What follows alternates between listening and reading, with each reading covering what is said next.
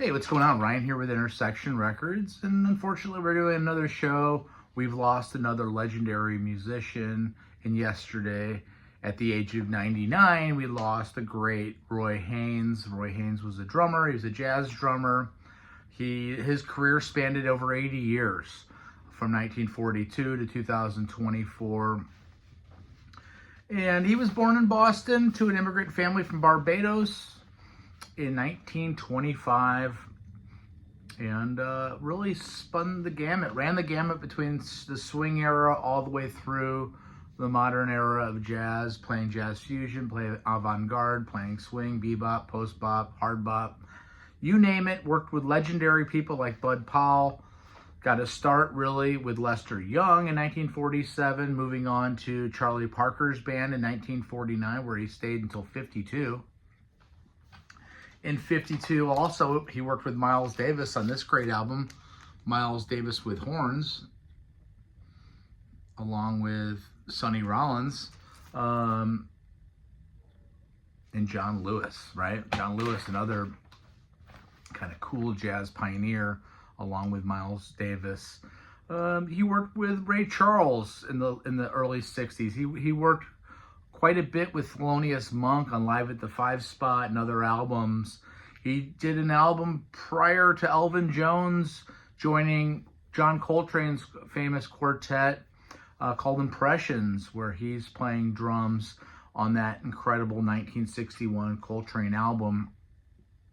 In 1967, he works with Gary Burton on one of the first jazz fusion albums, Duster.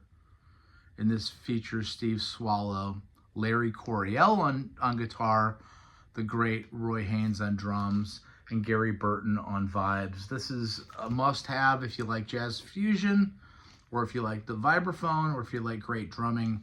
Duster is incredible. In 1968, he works on, I think it's the first solo album for Chick Corea. It's certainly one of the first. Now He Sings, Now He Sobs, which is a trio album of Chick Corea, Miroslav Vicious, and the great Roy Haynes. In 82, they reconvened for this incredible album, Trio Music. There's a live album from Europe that follows. He works with Pharoah Sanders in the 70s. He was known for being a sharp-dressed man. In 1960, Esquire magazine named him, along with Clark Gable, Fred Astaire, and Miles Davis, as the sharpest dressed men in their polling and their ranking. He won some Grammys, he won awards, he won Downbeat Hall of Fame awards and Best Drummer of the Year titles. I was fortunate enough to see him in 2005 at the Newport Jazz Festival with his Fountain of Youth band, which featured Marcus Strickland on saxophone. I also saw him work with just an incredible lineup for his 80th birthday party, also at Newport in 2005, featuring Chick Corea, Steve Swallow, Pat Metheny, Gary Burton, Christian McBride, and Joshua Redman. Larry Coryell was there, but he did not perform, which would have been cool to have the Duster lineup in its entirety, right? A couple years later, I saw him in a small jazz club in St. Louis called Jazz at the Bistro, and he was 80 years old. He was 82, in fact, at that show, and you couldn't tell by looking at him. He was a powerful drummer, a powerhouse drummer, but also was delicate as he plays on these beautiful piano-based trio albums with Chick Corea. His ability to play with a ride cymbal with delicacy and just perfect timing was one of his trademarks. He will be missed. Again, he would have been 100 in March. Rest in peace, Roy Haynes.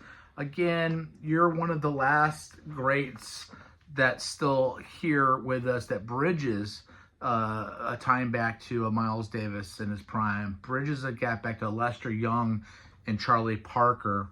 I guess we only have Sonny Rollins left, and Charles Lloyd, Lou Donaldson, Terry Gibbs. Some of these people left. Everybody else, unfortunately, has gone on to the other side, as someday we all will.